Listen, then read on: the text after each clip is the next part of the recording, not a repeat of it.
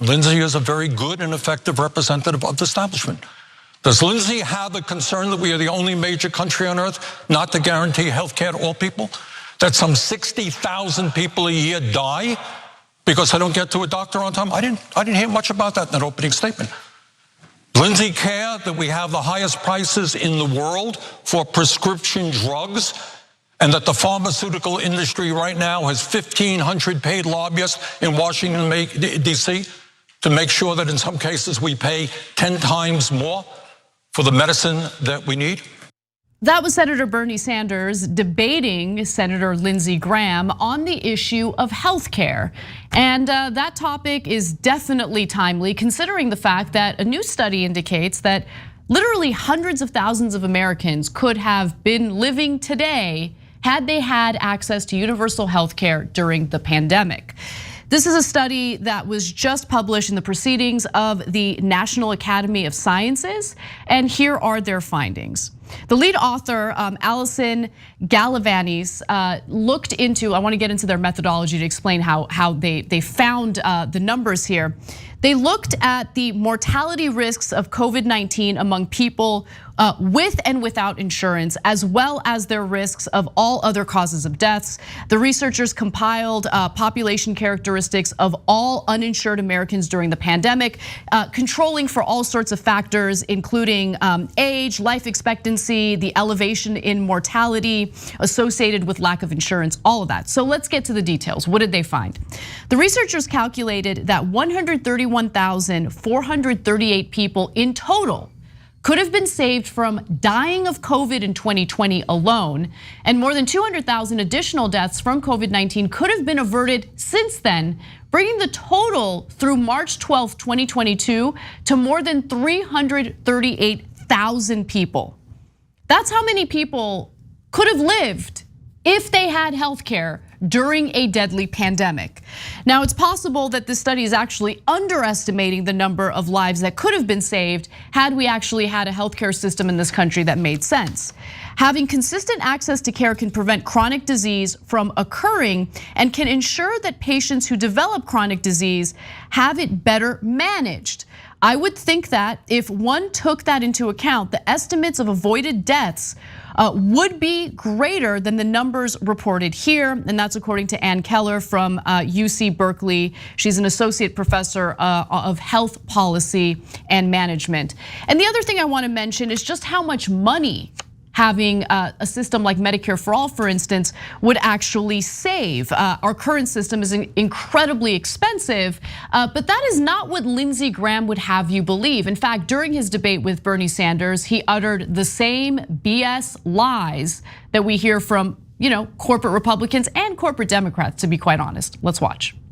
I'd like to lower healthcare costs, but I'm not going to take away your private coverage. You're going to take private healthcare away from 200 million Americans, put us all under the government umbrella. It's going to cost about $40 trillion. In 2034, we'll be spending as much to maintain Medicare for all as we do for the entire federal government today. Now, of course, one of the favorites, one of the darlings of the private healthcare industry, especially when it comes to legalized bribes, would lie and utter those claims. But the researchers of this study found that a single-payer healthcare system would actually generate savings in 3 ways: more efficient investment in preventative care, so take care of people before they get super sick, lowered administrative costs, and increased negotiating power for pharmaceuticals, equipment, and fees. This would ultimately produce a net savings. Let me repeat that, a net savings of $459 billion in 2020 and $438 billion in a non-pandemic year, according to the authors of this study. Jay. Okay.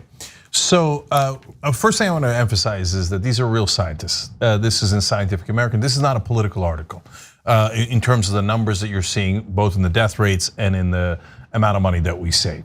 So what scientists don't do is just make up stuff. They study it. They look at all the different factors. They then take out the different factors that might affect it, like age, background, did you already have diseases, et cetera. They did all of that. This is a terrific study, and it's no joke, guys. And like we treat it like, oh, it's no big deal or it's theoretical. No, 338,000 people died because we have a system where we kill people for profit.